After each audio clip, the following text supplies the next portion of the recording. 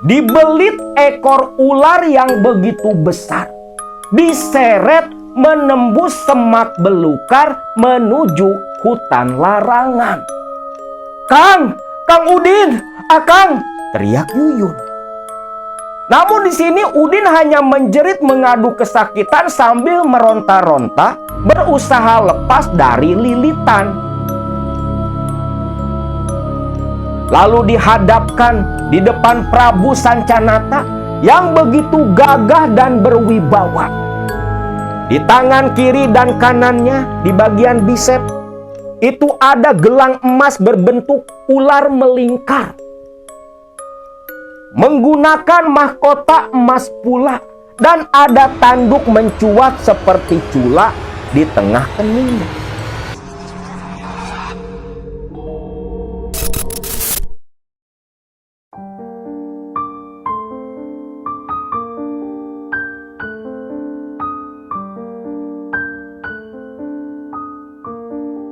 Assalamualaikum warahmatullahi wabarakatuh. Salam sejahtera buat semua Baraya KMS dimanapun kalian berada.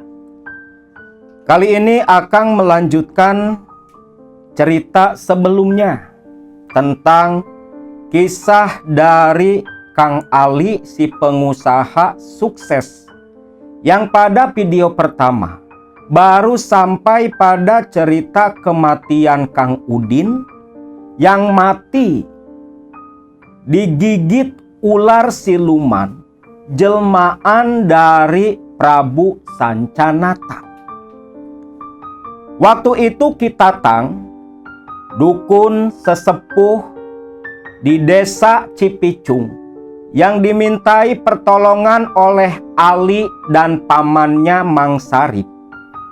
Dia selepas mengobati Udin yang panas demam menggigil sepulang dari rumah sakit malam itu, bergegas pulang dan langsung tertidur begitu lelap. Dalam tidurnya ini, Kitatang, dia bermimpi didatangi seekor ular yang begitu besar, dengan tanduk mencuat seperti cula badak di moncong ular itu. Ular itu ternyata adalah jelmaan dari Prabu Sancanata, penguasa hutan larangan di hutan Pasir Ipis, yang mengancam Kitatang agar jangan ikut campur dalam urusannya. Dalam mimpi, Kitatang yang seorang dukun itu kekuatannya kalah jauh dari Prabu Sancanata. Kitatang hanya bisa duduk bersimpuh, tak bisa menggerakkan tubuh dan tak bisa menggerakkan kepala. Hanya bisa menunduk menghadapi si Prabu Sancanata. Di sini, Prabu Sancanata lantas mengibaskan ekornya, melemparkan tubuh Kitatang yang menjerit kesakitan lantas terbangun dari tidurnya.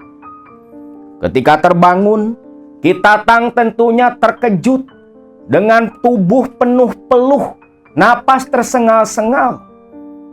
Dia tak menyangka akan berurusan dengan penguasa hutan larangan. Dan tepat ketika menengok ke arah jam dinding, waktu menunjukkan tepat jam 2 dini hari. Baru saja Kitatang bisa menenangkan diri. Dari toa musola terdengar pengumuman kematian dari Kang Udin. Nah, di sini Kitatang bergegas keluar dari rumah, berjalan tergesa-gesa menuju rumahnya Udin. Yang ketika di perjalanan Kitatang pun berpapasan dengan warga lain yang berduyun-duyun ke rumah Kang Udin juga. Dalam pikiran Kitatang, pastilah ini si Udin diambil oleh Prabu Sancanata. Tapi apa salah si Udin? Kenapa nggak ngambil si Ali? Itu pikiran Kitatang. Karena yang punya pekerjaan, yang punya lahan, punya niat nebang itu kan Ali. Udin cuman bekerja. Nah, setibanya di rumah Udin sudah banyak warga berkerumun di sana dan terdengar pula isak tangisnya Ce Yuyun, istri dari si Kang Udin. Ki Tatang bergegas masuk ke dalam mendekati ke arah Yuyun. Yun, yang sabar kamu Yun. Ki, Kang Udin Ki, Kang Udin, matinya ndak wajar Ki. Shh, jangan berkata seperti itu. Ini sudah takdir. Tapi Ki, sudahlah. Nanti saja kau ceritakan selepas selesai pemakaman Udin. Sekarang, bantu Aki membawa jenazah suamimu ke ruang tamu, ucap Ki Tatang. Di mana sebagian warga sedang membereskan kursi dan perabotan dibawa keluar agar ruang tamu lebih leluasa. Lalu di sini Yuyun meminta tolong ke beberapa lelaki yang ada di luar. 2 orang pun masuk lalu membantu Ki Tatang menggotong tubuh Udin yang sudah kaku tak bernyawa ke ruang tamu. Di ruang tamu di atas tikar yang digelar, Udin pun diletakkan di sana. Bantal diletakkan di bawah kepala Udin. Lalu Ki Tatang meminta selembar kain samping untuk menutup jenazahnya Udin. Ketika Yuyun menyerahkan kain samping, langsung Ki Tatang tutupkan. Lalu membenarkan posisi letak kedua tangannya Udin. Saat itulah Ki Tatang terkejut melihat pergelangan tangan Udin lebam kebiruan dan ada 2 titik seperti bekas gigitan. Ki, shh, sudah. Nanti kita cerita ya. Tak enak, begitu banyak orang, ucap Ki Tatang berbisik ke Teh Yuyun. Nah, singkatnya, para ibu-ibu pun berdatangan pula. Yang laki-laki langsung mengambil keranda dan tempat pemandian jenazah. Ibu-ibu datang mengambil air wudhu di dapur rumahnya Yuyun, lantas mengaji bergantian mengelilingi tubuhnya Udin. Ki Tatang di luar bersama dengan warga menyiapkan pemandian jenazah untuk Udin, di mana Udin akan dimandikan selepas sholat subuh nanti. Singkatnya, tepat jam 5:30 pagi, jenazah Udin pun dibopong, dimasukkan ke tempat pemandian darurat di depan rumah. Diletakkan di atas potongan pohon pisang, dikelilingi oleh kain sebagai penutup. Ki Tatang pun memimpin pemandian jenazah, ditemani 3 orang lelaki pula, yang salah satunya adalah kerabat dari Udin sendiri. Ketika sedang memandikan waktu itu, kerabat dari Udin mendekati Ki Tatang. Ki, kok di pergelangan tangan Kang Udin lebam kebiruan dan ada seperti bekas gigitan Ki. Ini sebenarnya Kang Udin mati kenapa?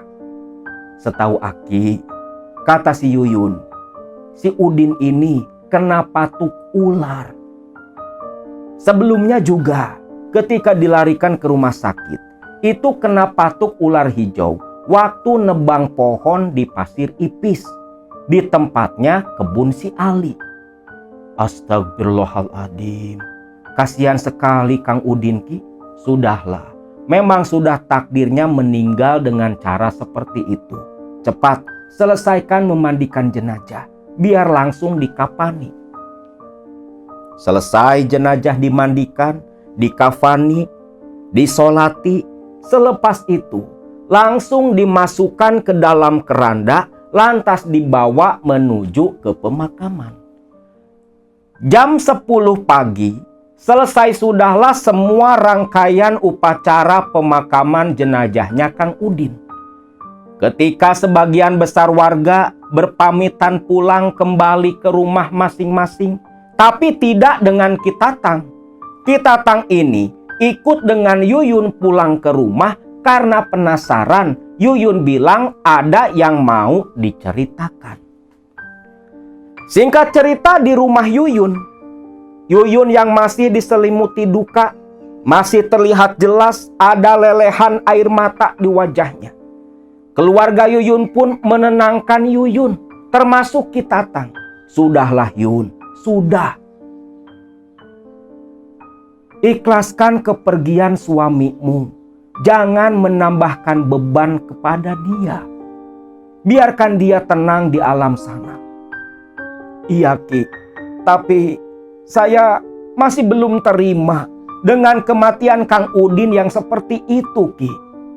Dan semalam Ki, ada kejadian aneh yang saya alami sebelum Kang Udin mati. Kejadian aneh? Kejadian apa? Tanya Kitatang begitu penasaran. Yuyun terlihat begitu ragu ingin menyampaikan, mungkin karena ada beberapa orang pula di ruang tamu. Kalian sebaiknya ke dapur dulu. Biarkan Yuyun cerita, sepertinya ini begitu sensitif.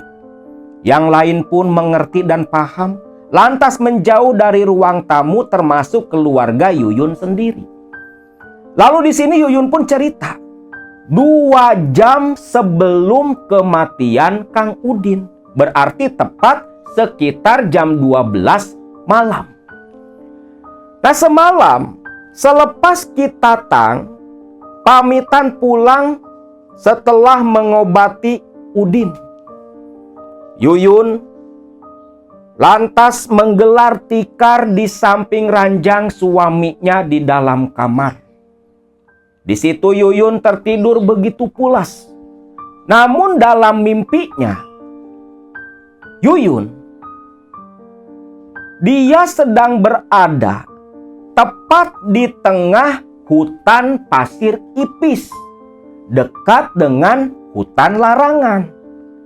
Nah di hutan pasir ipis, Yuyun merasa tak asing karena memang sehari-hari dia beserta warga yang lain sering datang ke sana untuk mencari kayu bakar. Dalam mimpinya, Yuyun sedang asik memotong-motong dahan kering. Lantas dia kumpulkan, lalu dia ikat.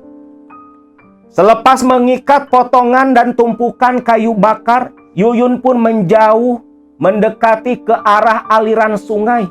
Bermaksud mau mengambil dan mencari daun pakis untuk lauk makan nanti di rumah. Sedangkan warga yang lain masih asik mencari kayu bakar. Nah, di tengah Yuyun yang sedang asik mengambil daun-daun pakis yang masih kuncup, yang masih begitu muda di sepanjang pinggiran sungai kecil, tak terasa dia terus berjalan ke arah hulu, hampir memasuki hutan larangan. Namun waktu itu, ketika sedang asik jongkok mengambil pakis-pakis kuncup, Yuyun terkejut karena mendengar suara teriakan. Suara teriakan yang begitu Yuyun kenal. Astagfirullah, ini suara Kang Udin, ucap Yuyun. Lantas Yuyun pun melempar pakis dalam gembolan, berlari menuju ke arah sumber suara. Ketika Yuyun berlari, Yuyun pun mencium bau amis. Yang ketika semakin dekat dengan sumber suara, Yuyun mendengar suara hewan melata dan desisan ular yang begitu kencang. Begitu tiba di lokasi sumber suara teriakan Kang Udin, disitulah Yuyun terkejut melihat Udin suaminya dibelit ekor ular yang begitu besar, diseret menembus semak belukar menuju hutan larangan. Kang Udin, Akang!" teriak Yuyun. Namun di sini Udin hanya menjerit mengadu kesakitan sambil meronta-ronta, berusaha lepas dari lilitan. Yuyun terus berlari mengejar sambil berteriak sampai ular besar itu berhenti, menoleh dengan kepalanya yang begitu lebar, matanya begitu merah, mendesis menatap tajam ke arah Yuyun yang hanya bisa berdiri gemetar ketakutan. Ular itu begitu besar kepalanya, hampir sebesar pintu. Dengan tanduk mencuat seperti cula badak di ujung moncong ular. Yuyun gemetar menatap ular yang begitu besar. Kepala ular itu bergerak-gerak, lantas perlahan menjulur mendekat ke arah Yuyun sambil menjulurkan lidah bercabangnya yang sebesar pergelangan tangan. Bau amis anyir dari tetesan lendir mulut ular begitu menyengat. Yuyun di sini gemetar, ketakutan. Ingin teriak namun tak ada suara yang keluar. Saking takutnya, Yuyun sampai ngompol di celana, basah kuyup tubuhnya. Ketika tepat, lidah ular hampir mengenai wajah Yuyun. Barulah Yuyun bisa mengeluarkan teriakan yang begitu kencang hingga Yuyun pun terbangun dari tidurnya. Ketika Yuyun terbangun, astagfirullahaladzim, Yuyun terkejut. Daster yang dia kenakan basah kuyup dengan air kencingnya sendiri. Baunya begitu pesing. Ya Allah, sampai ngompol beneran. Ular apa barusan? Pikir Yuyun.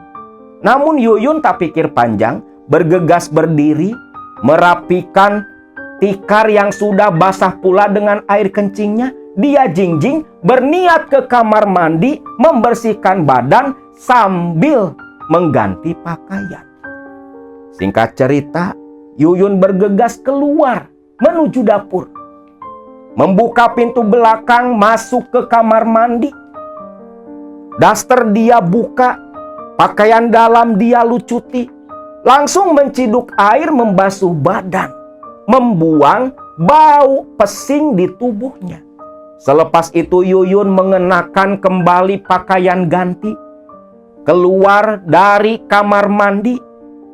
Ketika Yuyun masuk ke dapur, saat itulah Yuyun mendengar suara desisan ular yang begitu kencang. Astagfirullah! Yuyun melihat seekor ular hitam sebesar ibu jari meringkuk dengan kepala menengadah menatap ke arah Yuyun sambil menjulurkan lidah. Ular kobra yang entah muncul dari mana, tiba-tiba sudah di dapur menghadang jalannya Yuyun. Di sini Yuyun yang ketakutan gemetar refleks nengok kiri kanan. Tatapannya pun tertuju ke sebuah golok yang terselip di dinding dapur.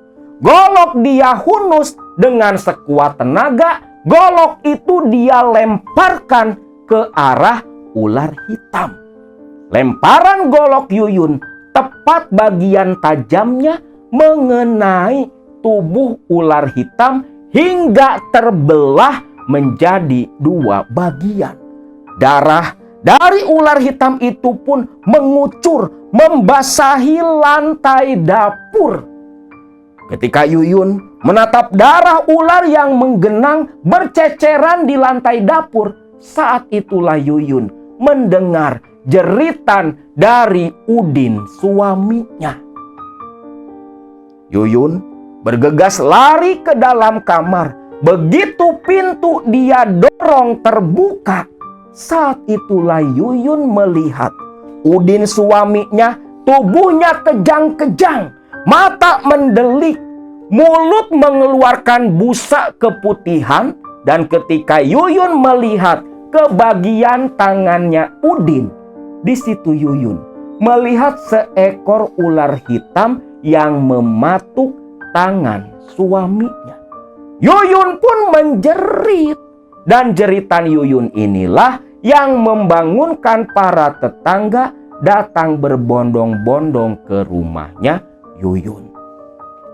Ketika para tetangga berdatangan, semua sudah terlambat.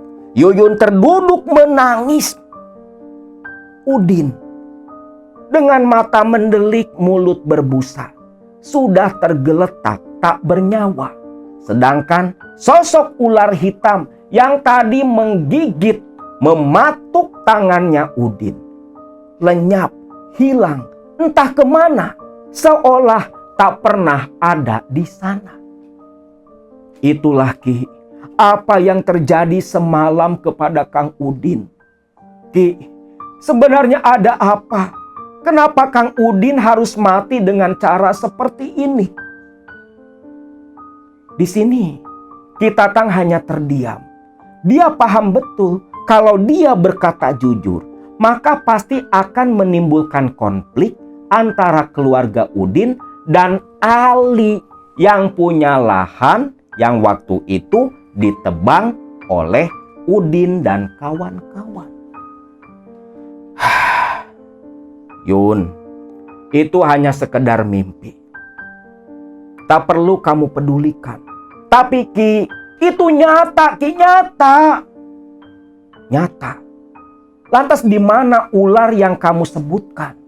Apakah ada yang melihat selain kamu? Gak ada, Ki. Lah terus, ular hitam yang katanya terpotong di dapur, mana bangkainya? Biar Aki periksa. Yuyun pun menggelengkan kepala. Karena kata Yuyun, ketika Yuyun ke dapur memastikan bangkai ular itu pun lenyap. Seolah apa yang terjadi itu hanya ilusinya Yuyun. Tapi golok yang dia lempar masih ada, tergeletak di lantai pula. Tuh, buktinya kan gak ada, Yun. Sudahlah, jangan berpikir macam-macam yang nantinya memberatkan almarhum. Sudah. Biarkan saja. Ini memang sudah bagian takdir yang tertulis untuk Udin suamimu. Nah, singkat cerita, Ki Tatang pun pamitan pulang. Pikiran Ki Tatang ini berkecamuk. Ada sedikit rasa bersalah karena tak jujur kepada Yuyun. Ki Tatang berbohong, tapi bohongnya itu untuk menghindari konflik yang lebih besar. Berbohong demi kebaikan. Itu prinsipnya Ki Tatang waktu itu. Nah, singkat cerita, 3 hari pasca kematian Udin, Ali dan Sari pun datang menemui Ki Tatang, menanyakan perihal kelanjutan proses pembangunan pabrik kopra di lahannya Ali yang sudah selesai dibersihkan. Saat itu Ali datang menemui Ki Tatang.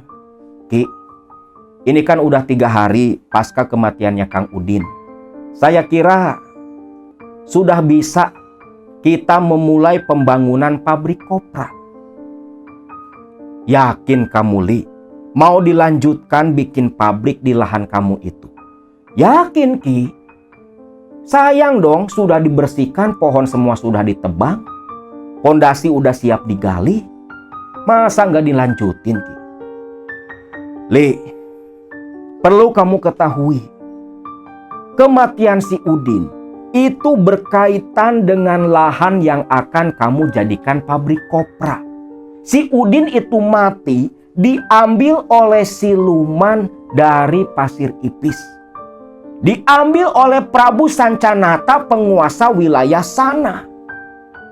Dan lokasi pabrik kamu itu di Tunggul Pohon Dadap yang sudah kalian tebang. Itu adalah gerbang portal dimensi alam kita dengan alam mereka. Allah, Ki, saya percayalah sama Ki Tatang. Urus saja, Ki, biar pembangunan pabrik lancar. Ini saya dikejar waktu, Ki. Bulan ini tuh pabrik harus kelar, sudah harus bisa beroperasi.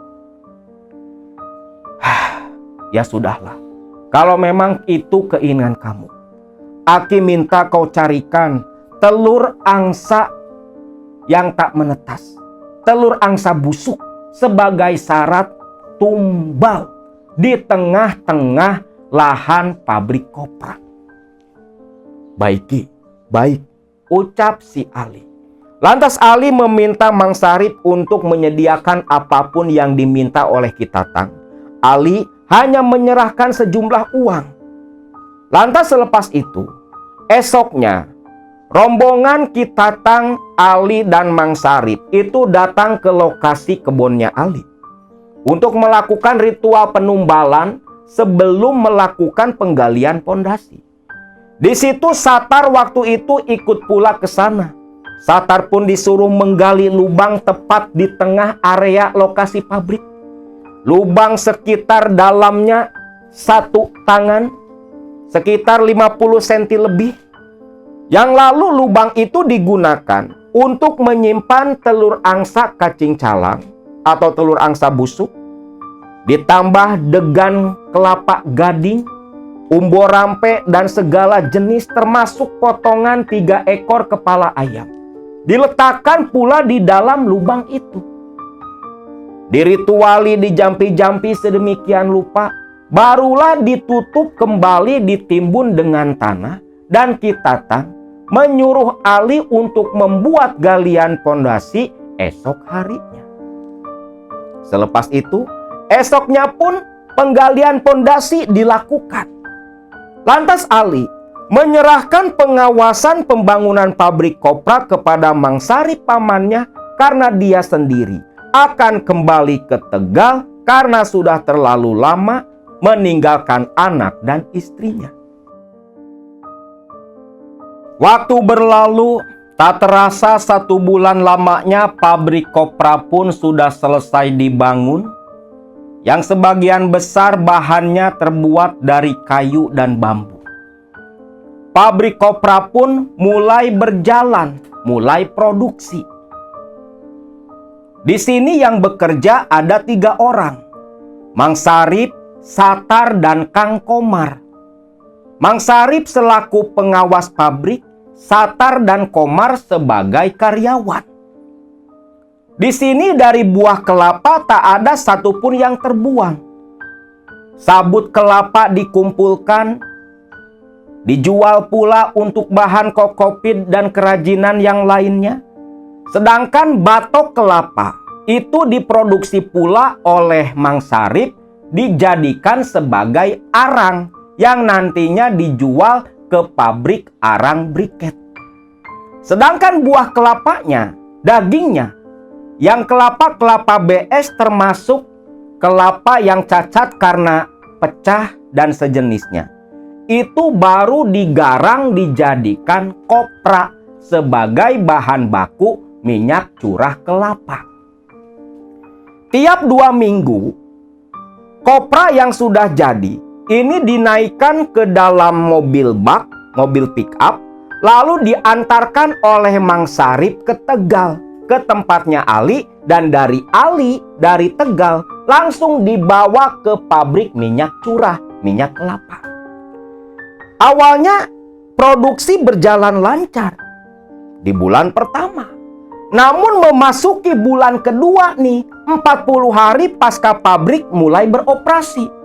Di sini mulai timbul banyak keanehan yang terjadi di pabrik kopra. Itu semua dialami langsung oleh Mang Sarip, Satar, ataupun Komar. Awalnya, hal itu tidak terlalu mereka pedulikan. Ketika mereka bertiga giliran jaga malam hari di pabrik kopra. Jaga di pabrik ini selalu berdua. Komar dan Satar bergantian berjaga ditemani Mang Sarip selaku pengawas. Tak jarang mereka ini sampai menginap. Awalnya kejadian aneh, itu banyak muncul ular ke dalam pabrik kopra tempat mereka. Awalnya tadi anggap hal aneh karena kan wajar. Wong lokasinya ada di tengah kebun, di dekat hutan. Mungkin ular-ular liar yang sedang berkeliaran di malam hari. Namun satu ketika, si Satar, dia ini kebelet kencing. Waktu itu jaga sama Mang Sarip. Satar keluar dari pabrik, lantas bergegas ke batas pabrik yang berbatasan dengan kebun warga. Satar pun kencing di sana.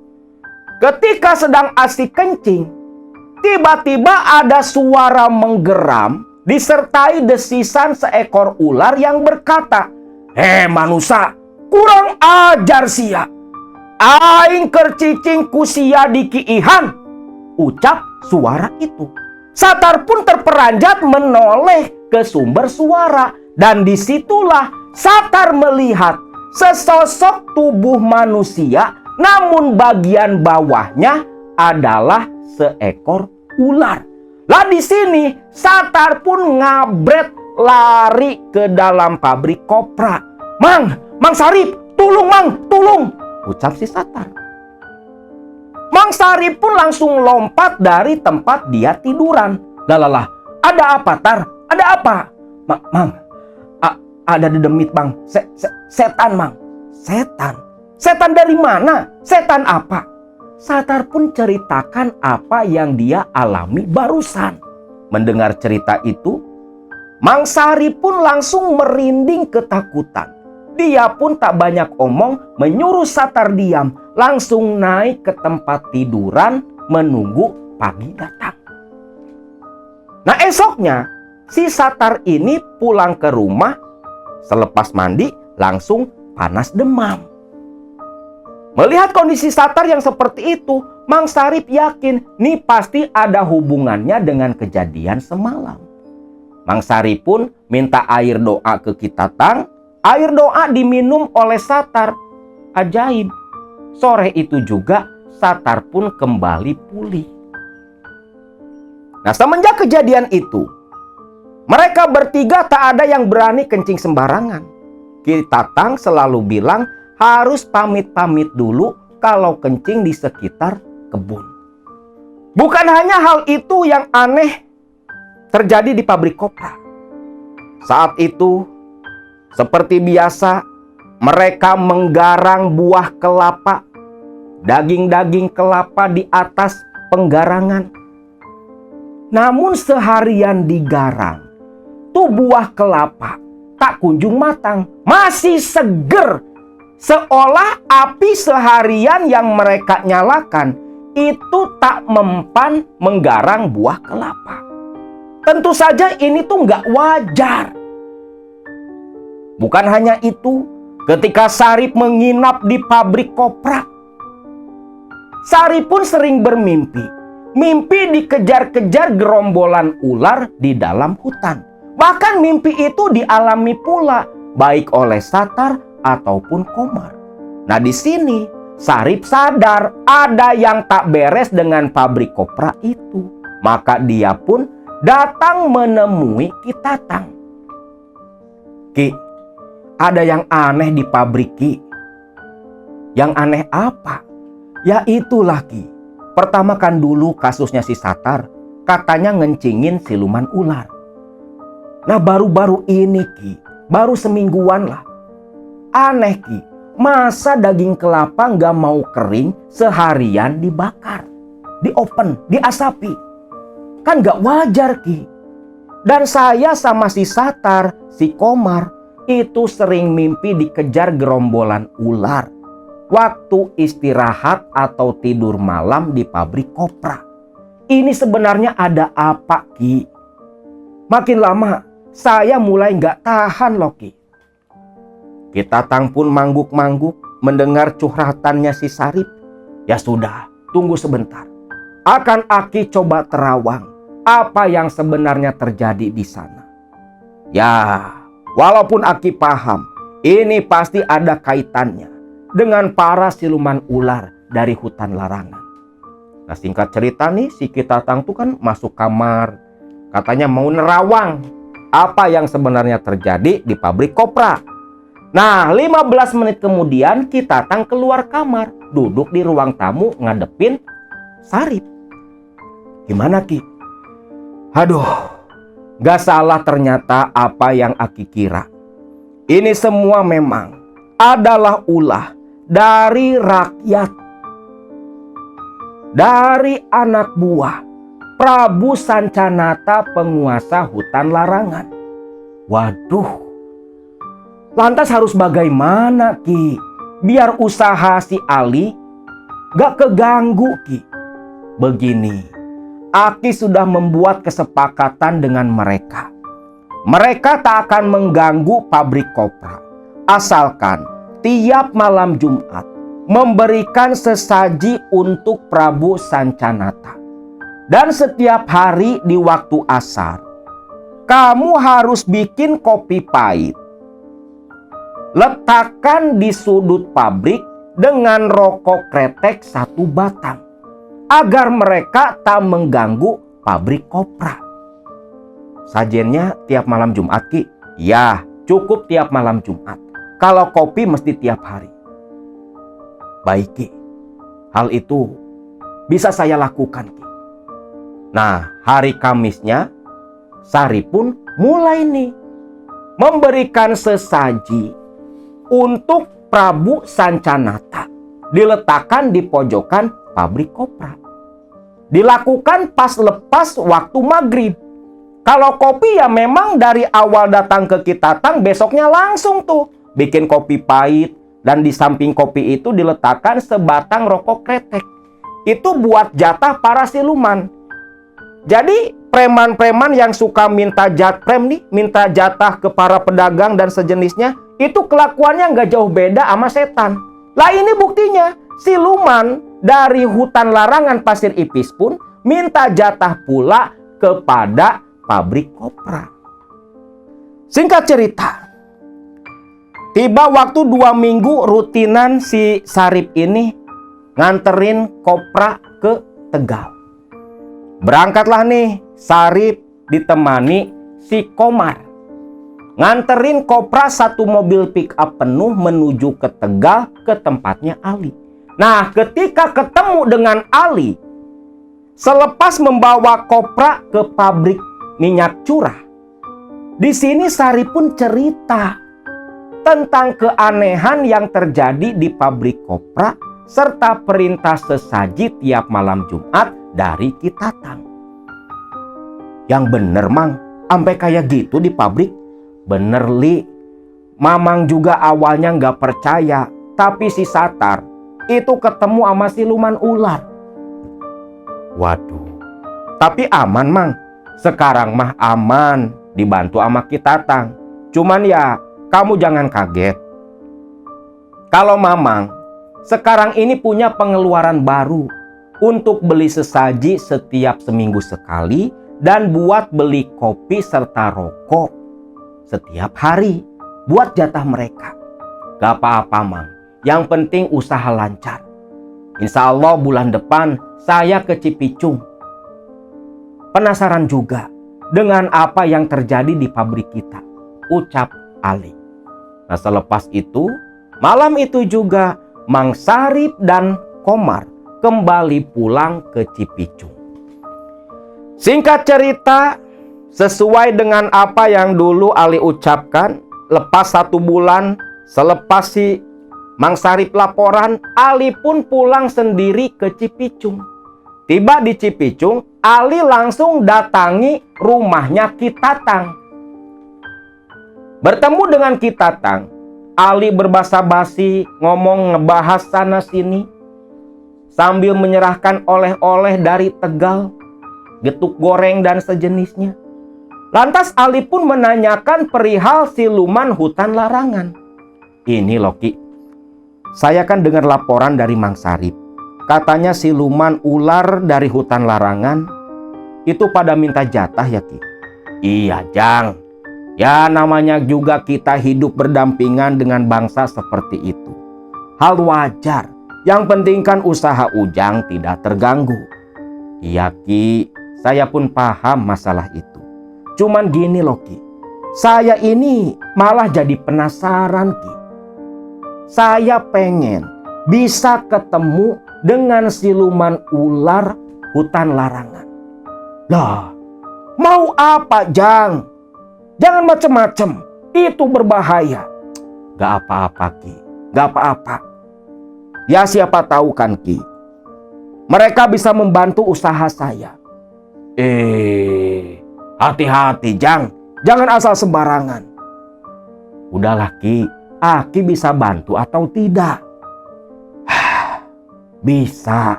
Aki bisa bantu.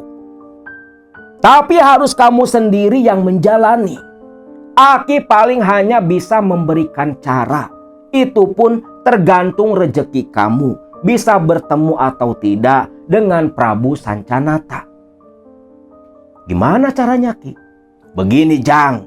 Nanti malam Jumat, itu kan waktu memberikan sesaji untuk Prabu Sancanata. Nah, Ujang harus menginap di sana. Namun sebelum memberikan sesaji, ada rapalan mantra yang harus Ujang dawamkan. Jangan lupa pula bakar kemenyan terlebih dulu. Lalu di sini kita Tangkun mengajarkan rapalan kepada Ali agar Ali bisa bertemu dengan sosok si Prabu Sancanata, Raja Siluman Ular Hutan Larangan Pasir Ipis. Ali pun mengangguk paham, lantas pamitan dan berterima kasih kepada Ki Tatang. Balik ke rumahnya Mang Sarip. Nah, hal itu pun Ali utarakan. Aduh, Jang, ngapain kamu teh? Ya penasaran aja lah, Mang. Pokoknya malam Jumat nanti Mamang harus temanin Ali di pabrik. Terus si Komar atau si Satar gimana? Udah, mereka berdua gak perlu jaga malam Jumat itu. Biar kita berdua saja di pabrik kopra. Saya gak mau masalah ini diketahui karyawan saya. Baik kalau kayak gitu. Tapi ingat, nanti kalau ada apa-apa, Mamang mah milih pulang. Gak apa-apa, Mang. Saya jamin gak bakal ada apa-apa. Saya tanggung jawab. Karena Ki Tatang sendiri yang berani menjamin keselamatan saya, ucap Ali. Singkat cerita, hari Kamisnya, sore hari, si Mang Sarip sudah menyediakan sesaji untuk dibawa ke pabrik kopra. Sesajinya ini bisa disebut agak mewah lah. Karena selain umbo rampe, kopi, minuman-minuman berasa, ada pula bakakak ayam. Lu bayangin berarti sebulan 4 kali nih motong ayam hanya buat ngasih jatah ke siluman. Nah, jam 5:30 mereka berdua nih, paman dan keponakan, langsung menuju ke pabrik kopra. Ketika di perkampungan adzan maghrib terdengar, orang-orang pada ke masjid sholat berjamaah. Lah si Ali malah duduk sila di pojok pabrik, ngadepi sesajen, bakar kemenyan, dan mulai merapalkan mantra yang diajarkan oleh Ki Tatang. Asap kemenyan mengepul. Saat itu pula Ali duduk bersila memejamkan mata, lalu mendawamkan mantra yang sudah diajarkan. Assalamualaikum. Aki danyang nini danyang, sing bau rekso ing tanah pasir ipis. Kulo nyuwun sewu, kulo bade pinanggih kalian Prabu Sancanata. Kulo nyuwun tulung lan pangestu. Mugi-mugi sadayanipun pinaringan lancar, wilujeng lan tebih saking sambikala. Rahayu, rahayu, rahayu. Aki danyang nini danyang, sing bau rekso ing tanah pasir ipis. Kulo nyuwun sewu, kulo bade pinanggih kalian Prabu Sancanata. Kulo nyuwun tulung lan pangestu. Mugi-mugi sadayanipun pinaringan lancar, wilujeng lan tebih saking sambikala. Rahayu, rahayu, rahayu. Mantra itu diulang-ulang Ali beberapa kali. Sampai di sini Ali merasa ada getaran di sekujur tubuhnya sebagai pertanda waktu di mana dia menghentikan rapalan mantranya. Sedangkan Mang Sarip yang duduk menatap memperhatikan Ali keponakannya hanya menggelengkan kepala, memegangi tengkuknya yang mulai merinding ketakutan karena sedari tadi Mang Sarip merasakan ada mata-mata tak kasat mata yang terus menatap memperhatikan mereka. Singkatnya, Ali pun lantas naik ke dipan tempat tiduran di pabrik kopra. Mang, ada yang beda ya, Mang? Ya gimana gak beda atuh Jang? Tadi kamu habis rapalin mantra. Itu kan mantra buat ngundang para siluman. Kamu mah ada-ada aja Jang.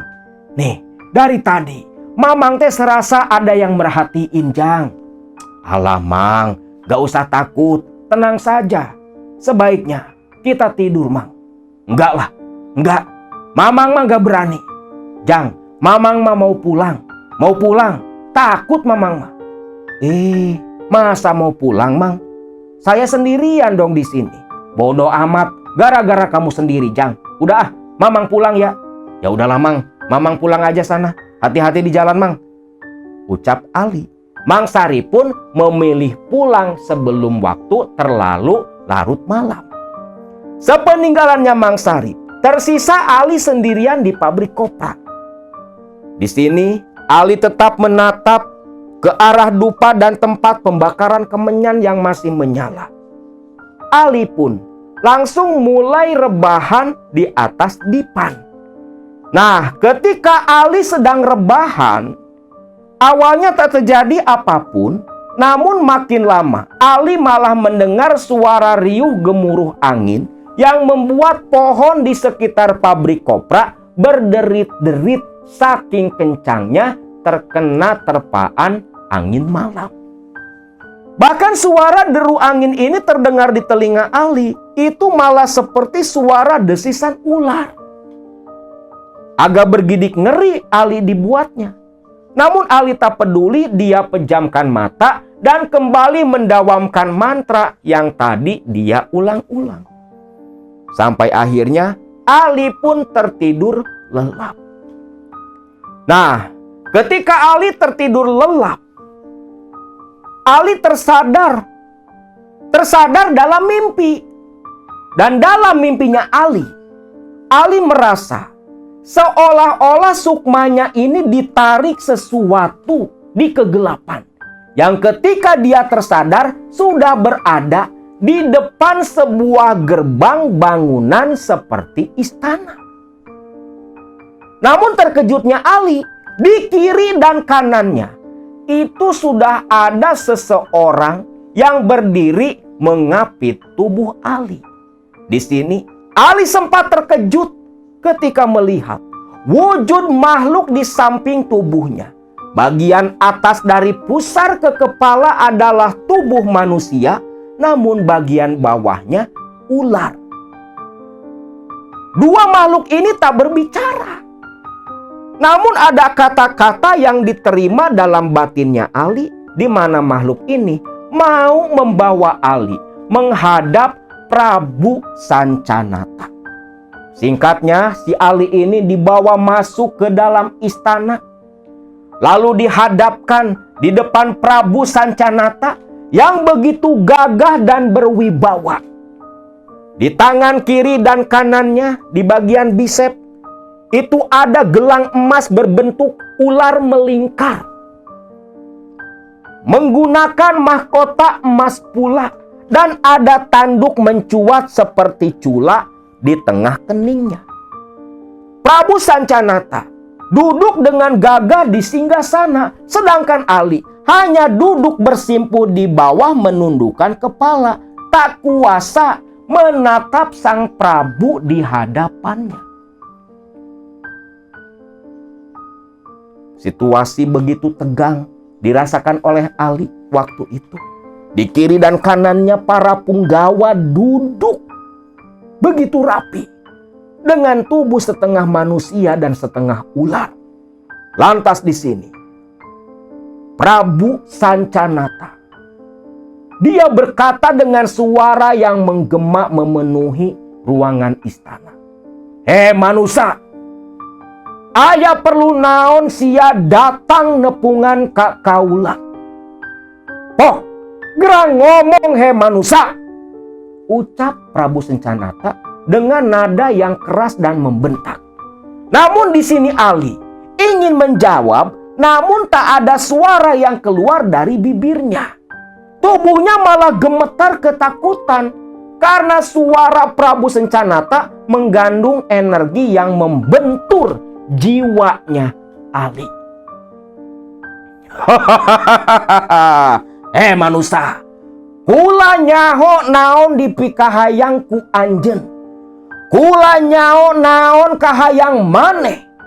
Kula apal naon anu aya dina eusi hate jeung pikiran maneh. Yang artinya di sini Prabu Sancanata berkata, kalau dia mengetahui apa keinginan Ali, mengetahui isi hati dan mengetahui isi pikirannya Ali. Lalu Prabu Sancanata menepuk tangannya. Yang tak lama muncul dua sosok, laki-laki dan perempuan berparas tampan dan berparas cantik, mendekat ke arah singgasana. Manusia, ia dua anak kaula, si kembar Raden Sondari jeung Nyimas Dewi Sundari. Lamun sia hayang hirup beunghar loba harta, maka sia kudu ngawin anak awewe kula, Nyimas Dewi Sundari.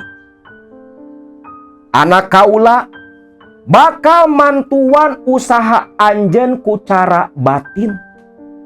Jeung anak kaula nu lalaki, Raden Mas Sondara, bakal ngajaga maneh tina sagala mara bahaya.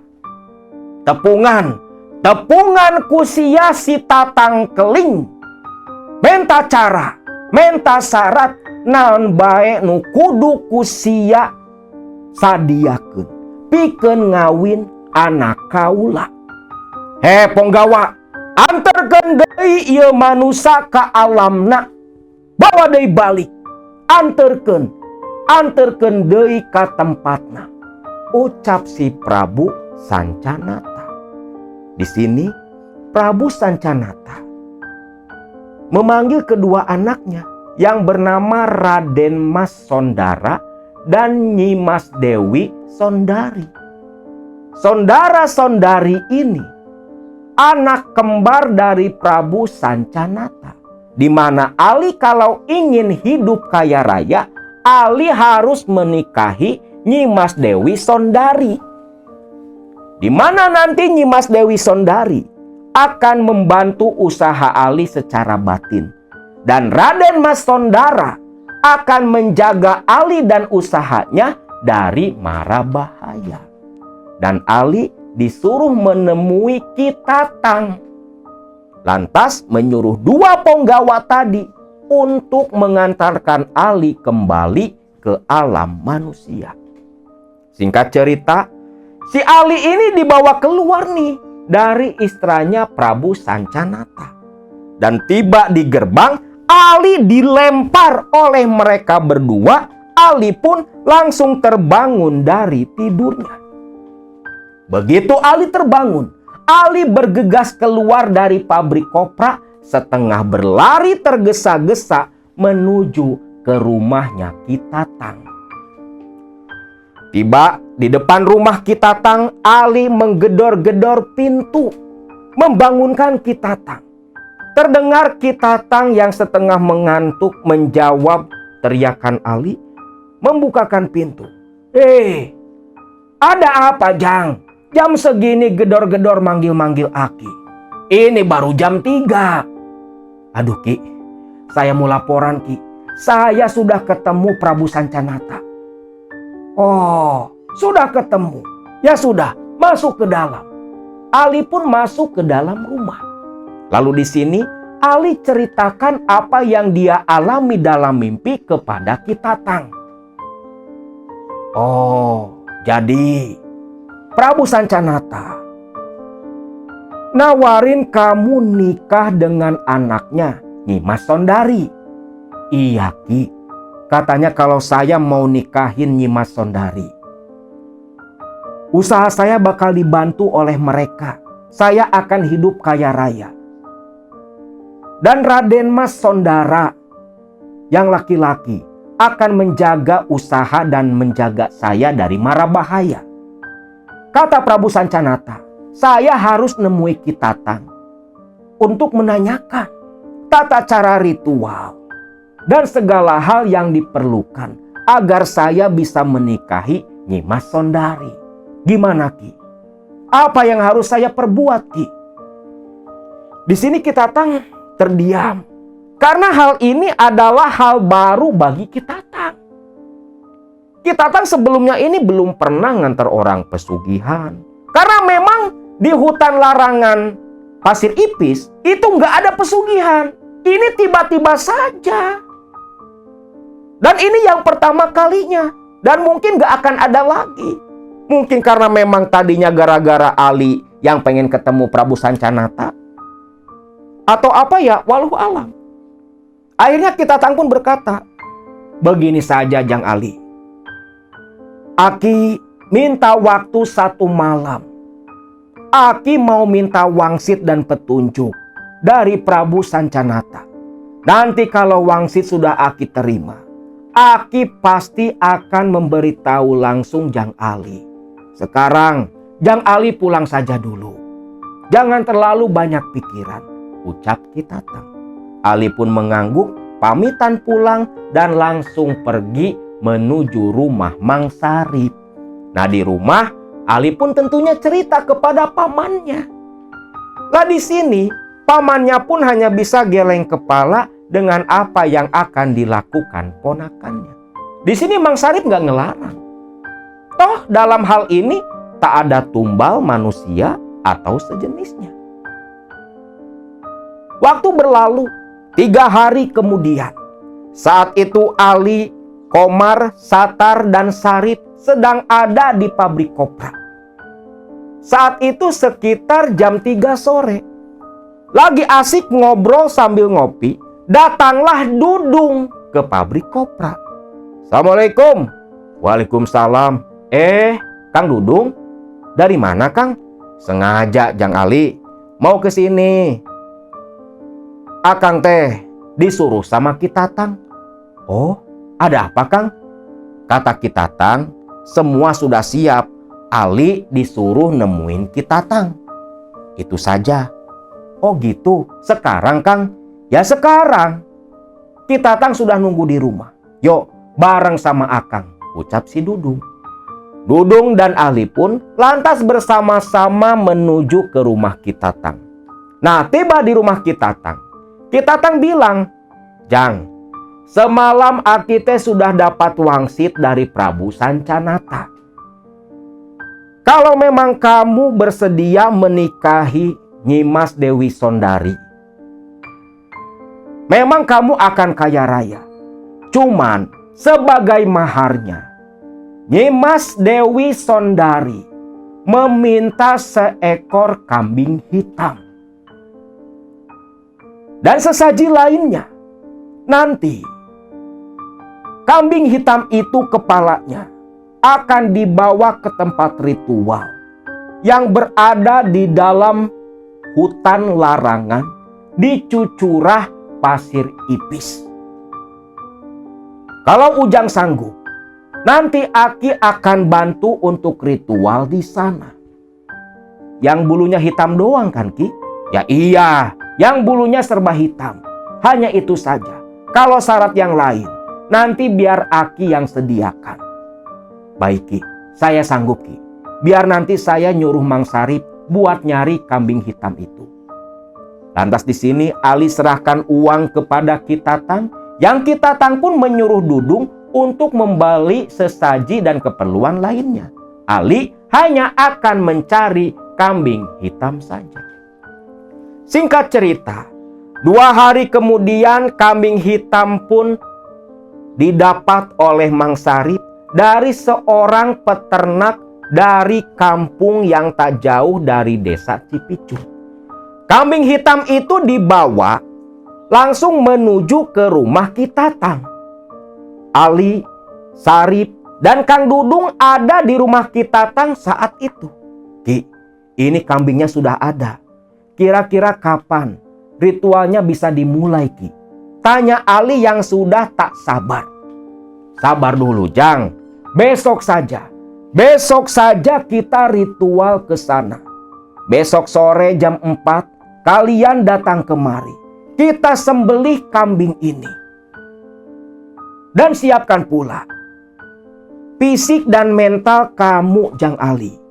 Karena ritual nanti pasti akan terasa berat bagi orang yang baru pertama kali. Baik, Ki, saya paham, Ki. Singkatnya nih, di waktu yang sudah ditentukan oleh Ki Tatang, Ali dan Sari pun sorenya datang menemui Ki Tatang. Kambing hitam itu pun disembelih oleh Ki Tatang, yang kepalanya langsung dibungkus kain putih beserta 4 kaki kambing. Sedangkan daging kambingnya selepas dikuliti, itu semua dimasak dan dibagikan ke para tetangga di Cipicung. Ketika tetangga bertanya kepada Kang Dudung, "Ini daging dari siapa?" "Ini si Ali syukuran pabrik kopra." "Oh, alasannya itu buat syukuran pabrik kopra." Nah, malamnya selepas maghrib, Ki Tatang bersama Dudung, Ali, dan Mang Sarip langsung berjalan beriringan menuju hutan larangan Pasir Ipis, menuju ke lokasi tempat ritual. Yang kata Ki Tatang tempo hari disebut dengan nama Cucurah Pasir Ipis.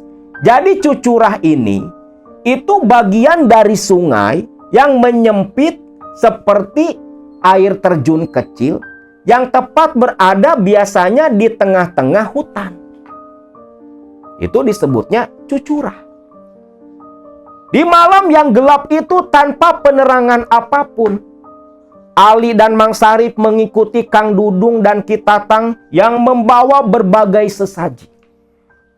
Berjalan di pinggiran sungai kecil. Nah, sungai kecil inilah yang ada di dalam mimpinya Teh Yuyun. Memasuki area hutan larangan. Sebenarnya disebut hutan larangan karena hutan ini tak boleh dijarah sebagai sumber air. Kan kalau di hutan-hutan yang berdekatan dengan perhutani, itu ada hutan produksi, ada hutan lindung, dan ada hutan yang bagian dari sejarah, seperti situs dan sejenisnya. Nah, hutan larangan ini hutan lindung. Jadi larangan di sini dilarang dimasuki, dimanfaatkan oleh warga sebagai sumber air di sana. Makin dalam memasuki hutan larangan, semak belukarnya ya Allah minta ampun, tinggi-tinggi. Rotan-rotannya sebesar pergelangan tangan melintang ke sana kemari. Sampai singkatnya tibalah selepas 1 jam perjalanan di lokasi tempat ritual, di mana Cucurah, sumber mata air sungai kecil itu yang mengalir langsung ke pemukiman. Di sana terletak banyak bebatuan yang begitu besar. Nah, di sini Jang, disinilah lokasi ritualnya Jang Ali. Dung, kamu tata semua sesaji di atas batu itu. Di situ ada batu agak besar, lebar dan datar di bagian atas. Dudung, letakkan semua sesaji di sana. Selepas sesaji siap, Ki Tatang berkata, "Dudung dan kamu Sarip, pergilah menjauh ke arah sana. Nanti Aki menyusul selepas membuka ritual untuk Jang Ali. Jang Ali duduk di sini bersama Aki. Dan nanti selepas Aki ritual, Jang Ali semedi sendiri di sini. Tak usah takut. Tak akan terjadi apa-apa. Aki berani jamin." Ucap Ki Tatang. Semua orang mengangguk paham. Dudung dan Sarip pergi menjauh, meninggalkan Ali dan Ki Tatang berdua di pinggiran sungai kecil Cucurah Pasir Ipis. Ki Tatang duduk bersila di sana, ditemani Ali di sampingnya, memejamkan mata setelah membakar kemenyan. Asap kemenyan mengepul, disertai dengan bau madat yang begitu wangi. Kepala kambing diletakkan di atas umbo rampe dengan sesaji lain. Disinilah Kitatang pun mulai membaca mantra pembuka untuk ritual Ali yang semedi di sana. Pun sapun tabe paralun ka Gusti nu ngawidi, ka pangeran anu kawasa anu ngawasa alam dunya. Neda pangaksama kaluhur sausap rambut, kahandap sausap dampal. Neda widi ka karuhun, kanu ngagegeh ieu tempat Prabu Sancanata. Mugi kersa ngabimbing tur ngajaring, silih asih ku pangarti, silih asah ku waspada, silih asih ku kaikhlasan. Rahayu, rahayu, rahayu sagung dumadi. Pun sapun tabe paralun ka Gusti nu ngawidi, ka pangeran anu kawasa anu ngawasa alam dunya. Neda pangaksama kaluhur sausap rambut, kahandap sausap dampal. Neda widi ka karuhun, kanu ngagegeh ieu tempat Prabu Sancanata. Mugi kersa ngabimbing tur ngajaring, silih asih ku pangarti, silih asah ku waspada, silih asuh ku kaikhlasan. Rahayu, rahayu, rahayu sagung dumadi. Mantra itu terus diulang-ulang oleh Kitatang sampai selepas sekitar 15 kali mengulang mantra. Kitatang berhenti lantas berbisik kepada Ali, "Jang Ali, Aki akan pergi meninggalkan Jang Ali sendiri. Aki beserta Sarip dan si Dudung akan memantau dari kejauhan. Tak usah takut, apapun nanti yang terjadi, semua ada dalam kendali." Di sini Ali pun menganggukkan kepala. Lantas Kitatang pergi menjauh dari lokasi Ali, bergabung dengan Dudung dan Sarip. "Ki, bagaimana Ki? Apa si Ali nggak kenapa-napa ditinggal sendiri di sana?" "Tenang saja, tak usah takut. Kita duduk di sana, di bawah pohon besar itu, sambil menunggu waktu adzan awal. Nanti kita jemput si Ali bersama-sama," ucap Kitatang. Sedangkan Ali di tempat ritual mulai kembali memejamkan mata, memfokuskan hati dan pikirannya, meminta agar keinginannya menikahi Nyi Mas Dewi Sondari ada dalam restu Prabu Sancanata. Kembali ke tempatnya Dudung, Sarip, dan Kitatang. Di sini Sarip masih khawatir nih sama ponakannya itu. "Tenang saja, tak usah takut. Si Ali nggak akan kenapa-napa. Justru si Ali bakal hidup senang, bergelimang harta. Karena ritualnya pasti diterima. Karena apa yang sekarang kita lakukan, itu semua berdasarkan perintah Prabu Sancanata. Ini hanya formalitas belaka. Sesungguhnya si Ali itu sudah akan diterima menjadi suami Nyi Mas Dewi Sondari," ucap Kitatang. Singkat cerita, tepat jam 3 dini hari, Kitatang pun mengajak Sarip serta Dudung untuk menjemput Ali. Sudah waktunya. Si Ali sudah selesai ritual. Ayo kita jemput ke sana." Dudung dan Sarip berjalan mengikuti Kitatang, dan ketika tiba di tempat Ali semedi, Dudung dan Sarip kebingungan melihat Ali tak berbusana tidur meringkuk di atas bebatuan. "Hehehe, Ujang, udang Ujang, geus rapih tirakat anjeun," ucap Kitatang meminta Ali bangun karena tirakatnya sudah selesai. Ali ditepuk-tepuk kakinya. Ketika Ali terbangun, dia terkejut. "Loh, kok di sini? Ujang, sudah, kenakan pakaianmu." Terkejut pula si Ali. Dia dalam kondisi tak berbusana sama sekali. Namun ketika Ali mencoba bangun, dia kembali tergeletak lemas, tubuhnya tak bertenaga sama sekali. Lantas Kitatang mengambil air, dia doakan air itu, langsung diminum oleh Ali. Ajaibnya, seketika tenaga Ali pun kembali pulih, langsung mengenakan pakaian, noleh kiri kanan menatap Kitatang, Sarip, dan Kang Dudung. "Kenapa, Li?" tanya Sarip. "Loh, kok Mamang bertiga gak pada basah kuyup?" "Loh, basah kuyup kenapa? Kan semalam hujan, Mang." "Hujan? Hujan dari mana? Ngimpi kamu mah." "Ki, gimana ini Ki?" "Sudah, tak apa-apa. Jang Ali, ayo ikat pulang. Pulang ke rumah Aki. Biar nanti cerita di rumah Aki saja," ucap Kitatang.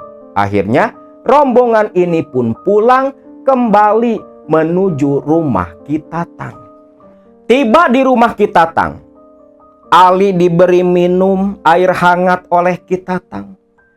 Selepas Ali tenang, Ali pun ditanyai tentang pengalamannya ketika ditinggal sendiri semedi di Cucurah, hutan larangan. "Li, sebenarnya apa yang kamu alami ketika kamu semedi di sana sendiri? Kamu bilang ada hujan." "Iya, Mang, beneran ada hujan." "Begini, Mang," Ali pun mulai bercerita. Selepas Kitatang selesai membaca mantra, membuka ritual, Kitatang pergi meninggalkan Ali sendirian di sana. Nah, selepas Kitatang pergi, terus terang saja di sini Ali merasa ketakutan yang begitu luar biasa.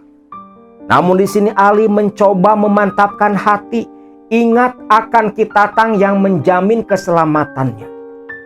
Nah, entah di jam yang keberapa, Ali tiba-tiba mendengar suara gemuruh angin yang begitu kencang sampai membuat pepohonan di sekitar tempat ritual berderit-derit, bahkan sampai ada yang tumbang. Belum selesai gemuruh angin yang datang tiba-tiba, sambaran guntur datang menggelegar, lantas disertai turunnya hujan yang begitu deras. Di sini Ali tetap duduk bertahan walau tubuhnya basah kuyup menggigil kedinginan. Di tengah Ali yang basah kuyup kedinginan ini, tiba-tiba samar-samar Ali ini mendengar suara alunan gamelan, disertai suara riuh, suara orang-orang berbicara, suara tawa perempuan, disertai langkah kaki yang beriringan terdengar nyata berjalan mendekat ke arah Ali. Bau wangi semerbak menerpa hidung Ali. Lantas di sini Ali mendengar suara perempuan yang begitu lembut menyuruh Ali bangun dari semedi.